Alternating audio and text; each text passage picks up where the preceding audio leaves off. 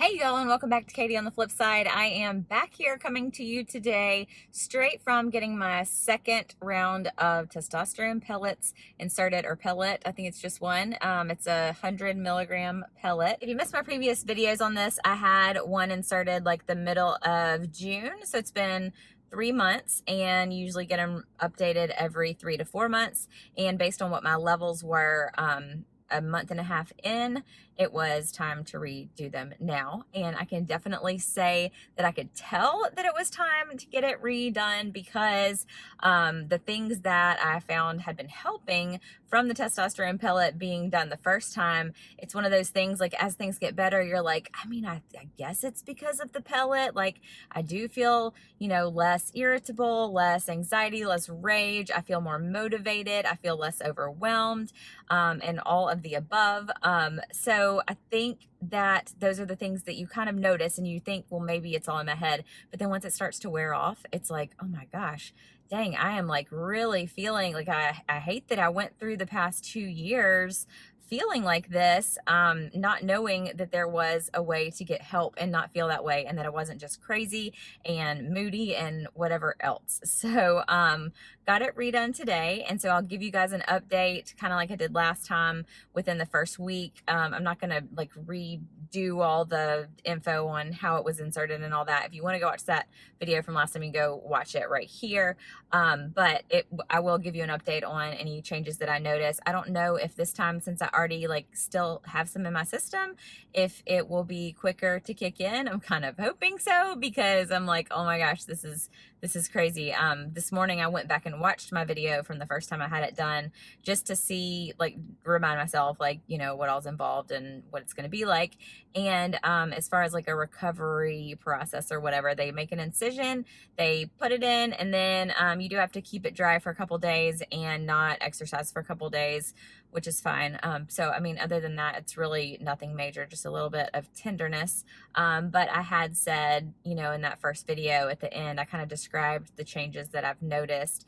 And those are all still accurate, like all the stuff that I just said. I think one thing for me, that as I felt it wearing off, is a way that I have, or would describe, kind of the main or best not side effects, but results that I've gotten from it, that kind of covers everything. It kind of covers like all the things I mentioned earlier, is less of a feeling of overwhelm, which I think, presents itself as anxiety or irritability or anger or laziness or lack of motivation or whatever else. And it's just like, everything seems like too much to even like process in your brain.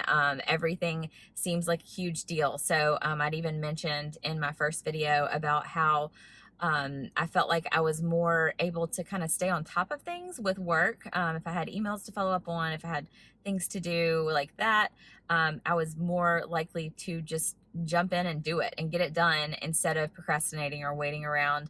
Not that I've not been procrastinating at all the past 3 months, because I totally have, but things have definitely piled up more in the past 2 or 3 weeks than they have over the past 3 months, because it's just like my mind was clearer, I guess, less of a fog over my brain, so that I was able to put my thoughts together to get a project done, or to get the kitchen cabinets cleaned out or whatever else. And since then, it's been a lot more overwhelming to do those things, so they've gotten put off a lot more. So I kind of, if that makes any sense, I hope that does.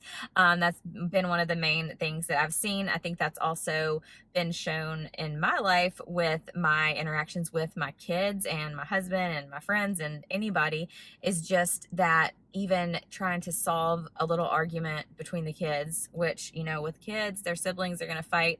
A little argument turns into some big major thing.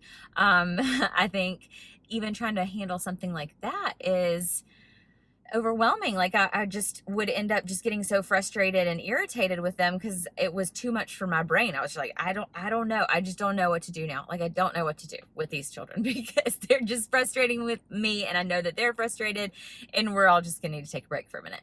And previously I was able to kind of just keep my cool and, be able to handle the situation with a little bit more patience, a little bit more grace and all of that. So that's definitely been a huge side effect that, like I said, I think overwhelm really covers it all. It's like clarity of your brain, of your mind, being able to not be totally overwhelmed by everything. So that is where we are right now. I am looking forward to this thing kicking in so that I'm feeling better again, feeling more like the myself that I knew from a couple years ago. Not felt like myself in a couple since right after my second child was born, when I thought it was postpartum depression, which, I mean, it was technically, that's what it's called. But what I've learned from all this bioidentical hormone replacement therapy is that it is mostly usually due to hormone imbalance, or like not being regulated correctly.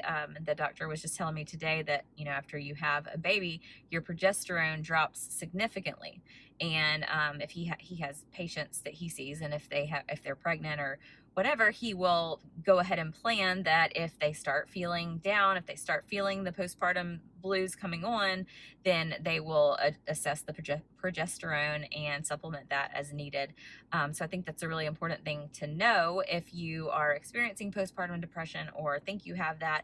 There's so many side effects associated with an antidepressant, and I do not judge anybody for doing that, because I would not have made it through the first year of my second child's life if I hadn't been treated with an antidepressant, because it did help. It caused some other issues and side effects that were not desirable and was hard to get off of, and all of that. I just wish I had known that balancing hormones was an important part of it. So just wanted to throw that out there. Hormone imbalance greatly affects mood and brain functioning and all of the above. So if that's something that you're concerned about, I get the question all the time: who do I see to get this done? Where did you go? All of that stuff. Basically, your regular doctor is not going to do the type of testing that the doctor that I saw or I'm seeing did. I search for a specialist in my area that specializes in bioidentical hormone replacement therapy. It's not your regular, like, synthetic hormones that your regular gynecologist or family doctor, whoever, is going to give you. He tested more than just, you know, my progesterone, testosterone, and estrogen. He tested a number of things. I have like 5 pages worth of results from my blood and urine tests. I did a 24-hour urine test as well. He looks at cortisol levels, he looks at vitamin levels, he looks at thyroid levels. I'm sure I'm leaving stuff out. The balance between estrogen and progesterone and testosterone, and all the different levels of thyroid, not just like your main thyroid one item on the list number. So I think it is extremely beneficial to work with somebody who specializes in the bioidentical hormone replacement therapy. The place that I go to is called Body Logic, and they have locations all over the United States. So there may be one in your area, but there's definitely other specialists that specialize in this area as well.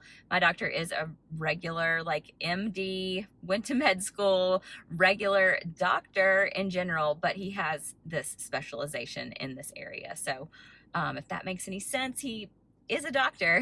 It's just that he has a different type of specialty. So anyways, I hope some of this was helpful to you guys. I will keep you all updated on how I'm feeling, what results I have this time. I'm hoping it's similar to last time. But if you want to hear about all the things that have gone on between my last one and now, I think I did like a 1 month and 2 month update. So check those out. And thank you guys for watching. I will see you in my next video. Bye.